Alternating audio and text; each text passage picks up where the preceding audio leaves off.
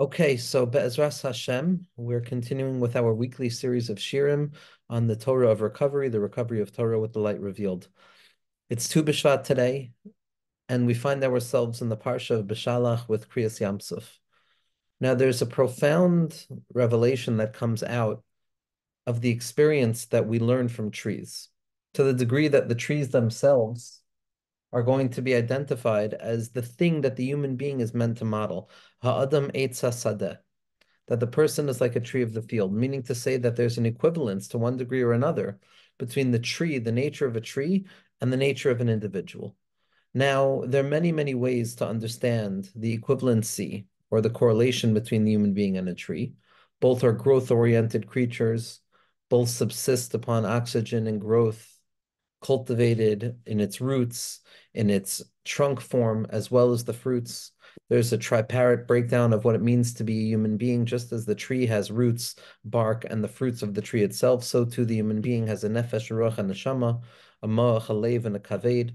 Just as the tree sways, so too does the human being sway. Just as the tree yearns upward, so does the human being yearn upward.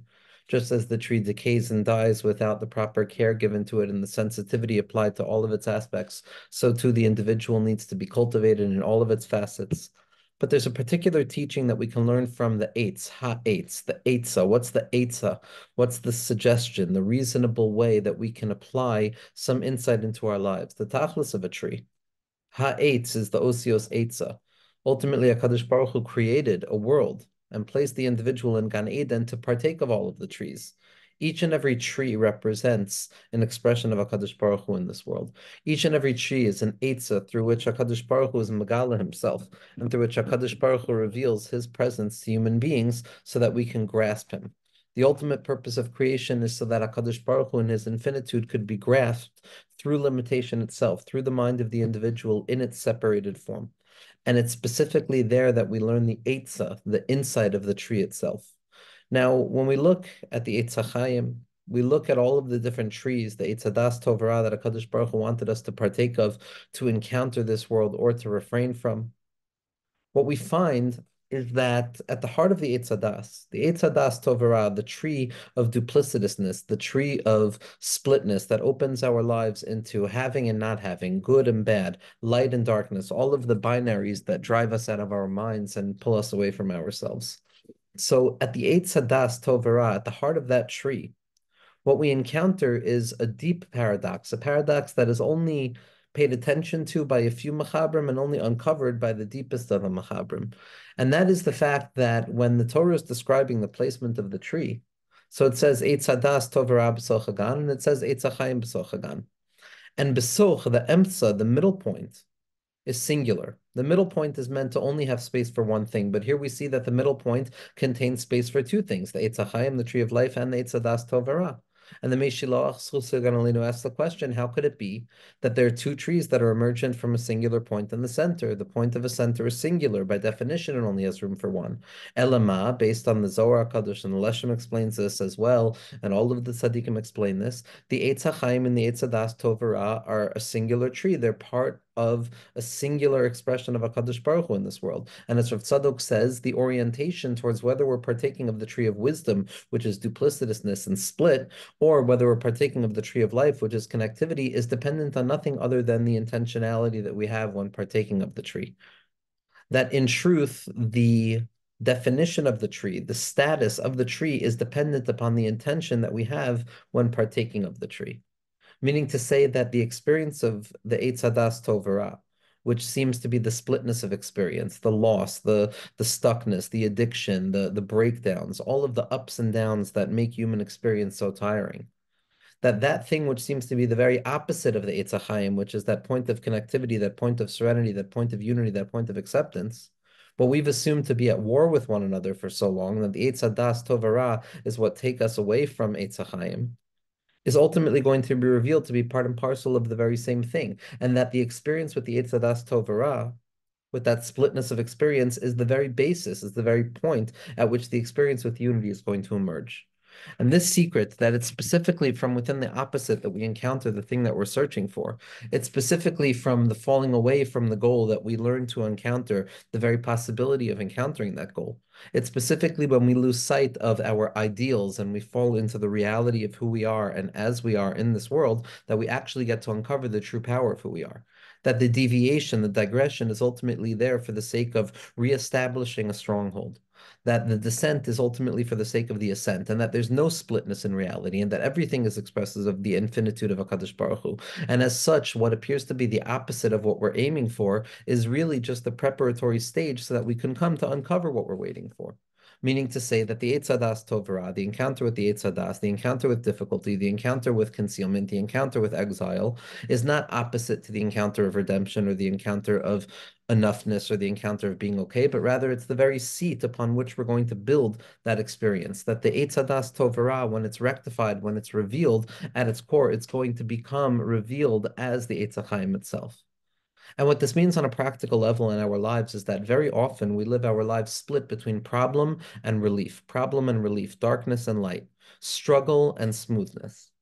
And as long as we find ourselves in the struggle, as long as we find ourselves in the darkness, as long as we find ourselves in that Eitz Hadas Tov Ra, then there's no help that can come our way. There's no possibility of salvation because this is an unsalvageable place. This place, this stuckness in the Eitz Hadas Tov Ra is something that can't be redeemed. And we come to look at exile and redemption as two separate entities. But in truth, when we come to realize that every aspect of our lives is reflective of the infinite light of HaKadosh Baruch Hu that is expressing itself through us in our lives, so then even the difficult times, even the struggles, even those times of the Eitz Hadas Tov Ra are going to fundamentally be revealed to be part and parcel of our relationship with HaKadosh Baruch Hu. That everything that takes us away from Hashem, everything that makes us feel forlorn and lost in this world, is just another opportunity for us to double back down on the power and the redemptive optimism that is inherent within the secret faith of Emunah. And the Eitz Hadas Tov Ra is the seat where we're going to reveal the Eitz HaChaim.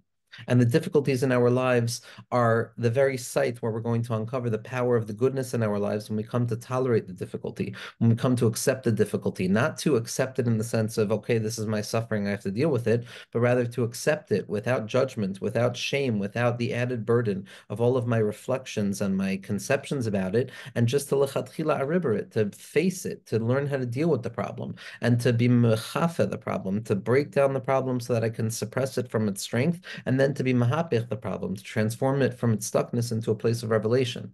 But again, revealing that what we thought was a splitness of the good and the bad is ultimately a singular unity that can only be expressed with the clarification that all that we thought was bad was ultimately the thing that was leading us towards the full expression of good.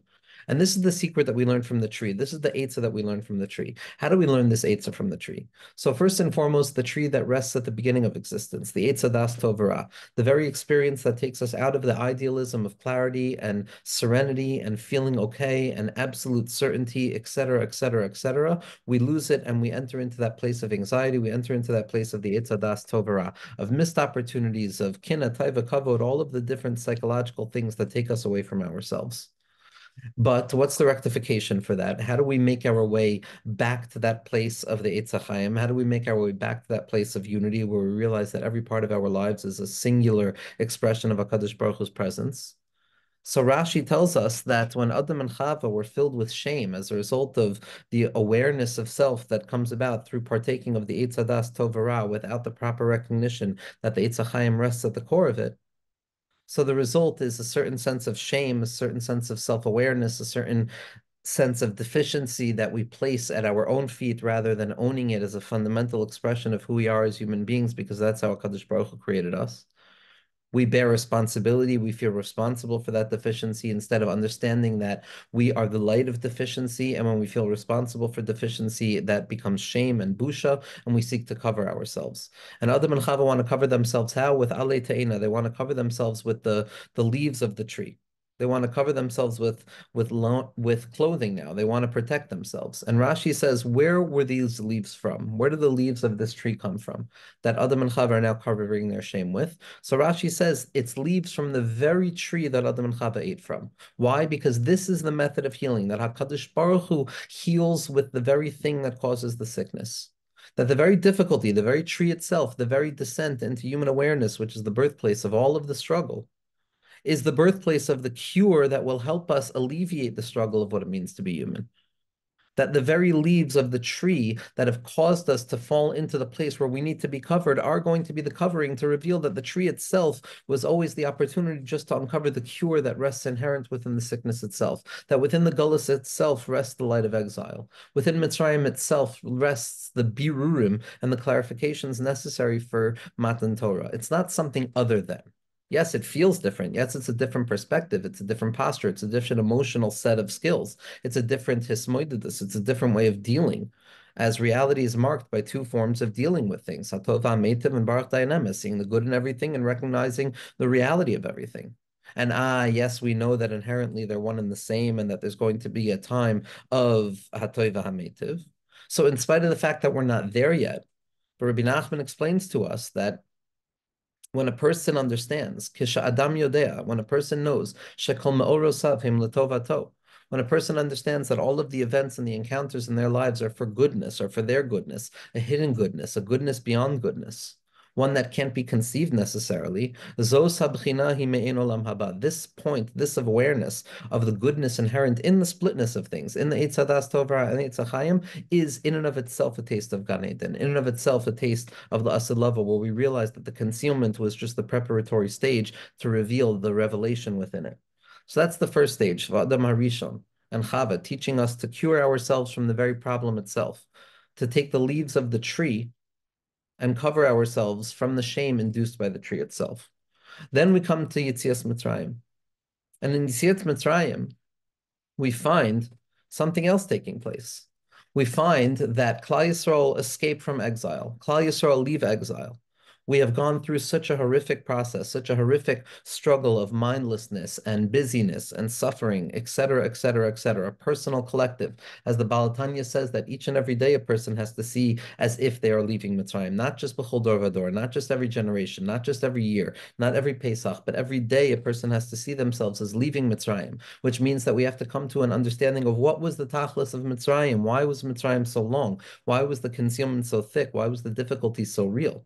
And ultimately, it's not necessarily Kriyas Yamsuf that is the deep secret of Yetzias Mitzrayim, but rather the deep secret of Yetzias Mitzrayim is what happens afterwards when we come to Mara, when we come to that place of post-redemption, when everything is said and done, when all of the Nisim have taken place and Mitzrayim is no longer part of the picture and the Jewish people are now allowed to be themselves for a second. The first feeling is a complaining about the water. There's a deficiency, there's an awareness of lack. There's an awareness of, wow, something is missing. All along, we've just been surviving in Mitzrayim, and now that we're redeemed, we come to be able to realize the first nakuda of spiritual awareness is that, wow, something is missing. There's a halal that needs to be filled. And immediately that gives birth to a craving for water, a yearning for water, and they try and drink from the water, and the water is bitter. The water is bitter. There's a bitterness. There's a despondency. There's a frustration. There's a lostness in the doubled nature of all things, and the Eitz Hadas Toivera, where there's struggle up and down. And so Moshe Rabbeinu comes to HaKadosh Baruch Hu and he says, Rabbanu Shloim, the water is bitter. And so HaKadosh Baruch Hu shows Moshe a tree and gives him an eitzah to take the tree and to throw the tree into the water, v'yim teku hamayim. So again, we see a tree.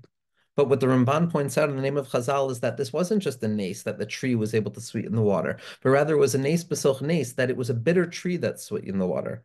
Mamtik mar b'mar, just the way that HaKadosh Baruch Hu heals, that he heals with the very thing that caused the brokenness in the beginning, because there's only fixing, there's only goodness. And Mamela, anything that appeared to be opposite from fixing, anything that appeared to be decay, anything that appeared to be empty and broken, is nothing other than a stage of fixing that is not yet revealed in its fixed nature. Mamela, it's the deep awareness that the thing that's causing the pain itself is the energy necessary to utilize all of our strengths to come out of the problem. It doesn't mean to stay in the details of the problem, God forbid. It means to let go of the details of the problem, let go of the particulars of the problem, take the energy of the problem itself and use that energy in a process of healing. That it's the same energy that we use in our addictive states, in our obsessional drives and cravings that are going to be utilized in the recovery state as well. A craving, a yearning desire, except now it's abstracted and placed towards the true thing of craving, which is HaKadosh Baruch Hu.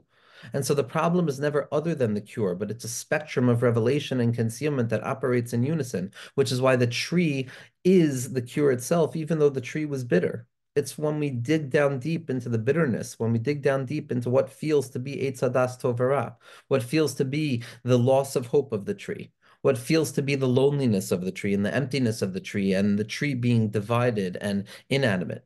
And we come to understand it's specifically from within those exilic feelings that we come to uncover the secret of Gula, because even there I can uncover the pulsational force of the smichas Karen Yeshua, the tree, the growth of redemption. And it's specifically by looking at the difficulty itself, that it's mamtik mar b'mar. So we see the same paradigmatic eitzah given over from the eitz, which is that a person fixes the problem through the problem itself, that the light of redemption is hidden within the light of exile itself. We saw that by Adam and Chava, that they covered themselves with the same tree, and we see that by Yitzias Mitzrayim, which is the learning of the sweetening of the bitter with the bitter, the sweetening of the tree, which is bitter itself.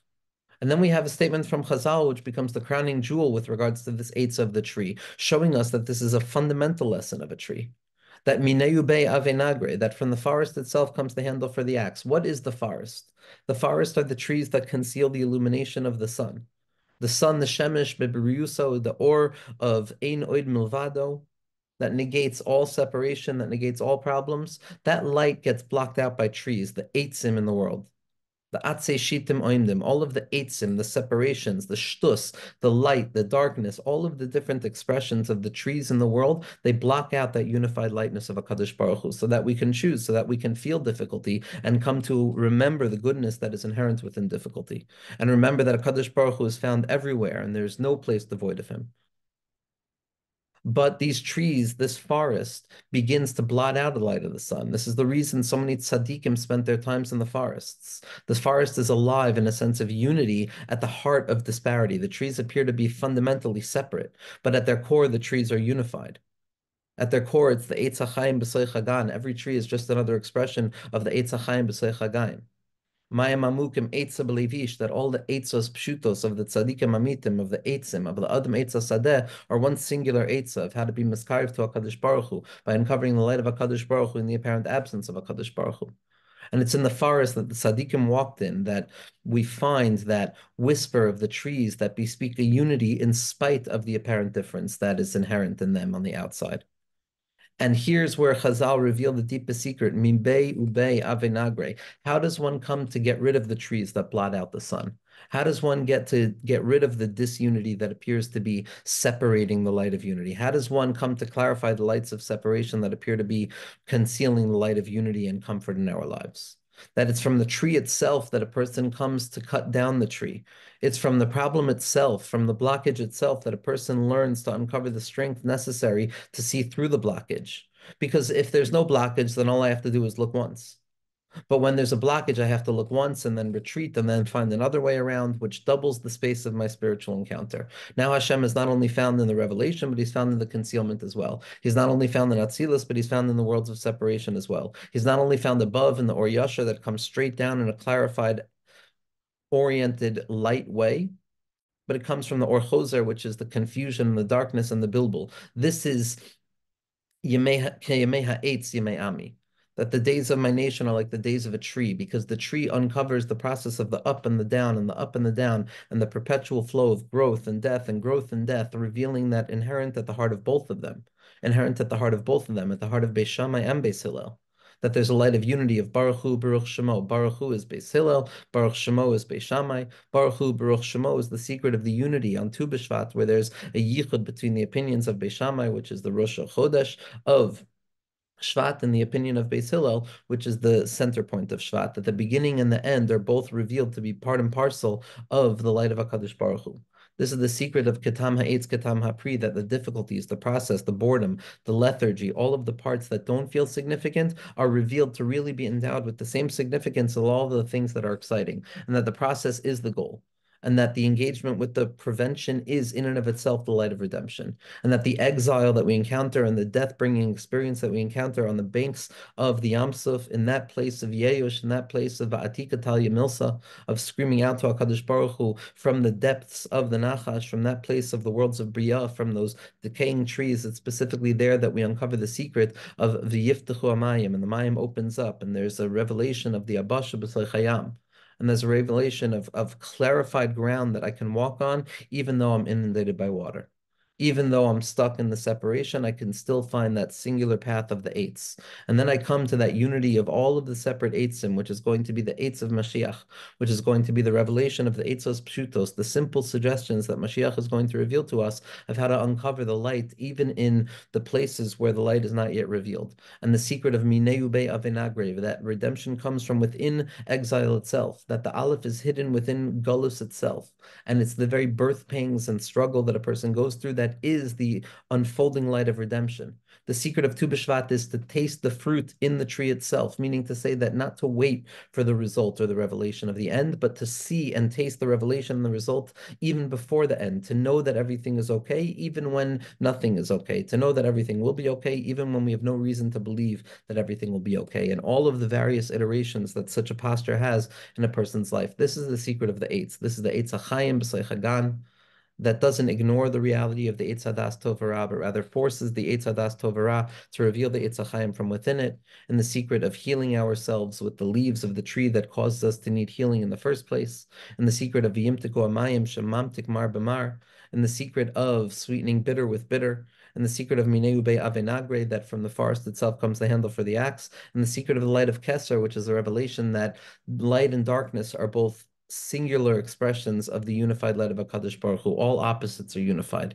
And in that place we can find comfort. In that place we can give ourselves eitzos, pshutos, simple suggestions of tamimas and pshitos, to walk amongst the forest trees, to speak like the trees speak to HaKadosh Baruch Hu, to talk to HaKadosh Baruch Hu, to be masiach with HaKadosh Baruch Hu. The siach hasadeh, the growth and the birth of the land is the siach hasadeh, all of the trees. Siach is the capacity to conversations with HaKadosh Baruch Hu amongst the trees, in the trees of myself, in the trees of the world.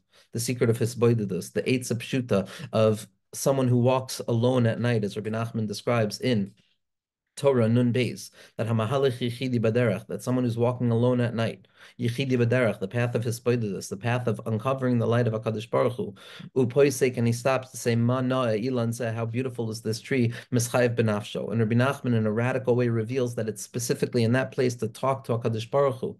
In the trees, amongst the trees, is where I'm mechayev my nefesh, is where I illuminate my life. But it's specifically from the tree that we learn this secret of hispoidedus, of finding a Kadosh Baruch Hu within ourselves.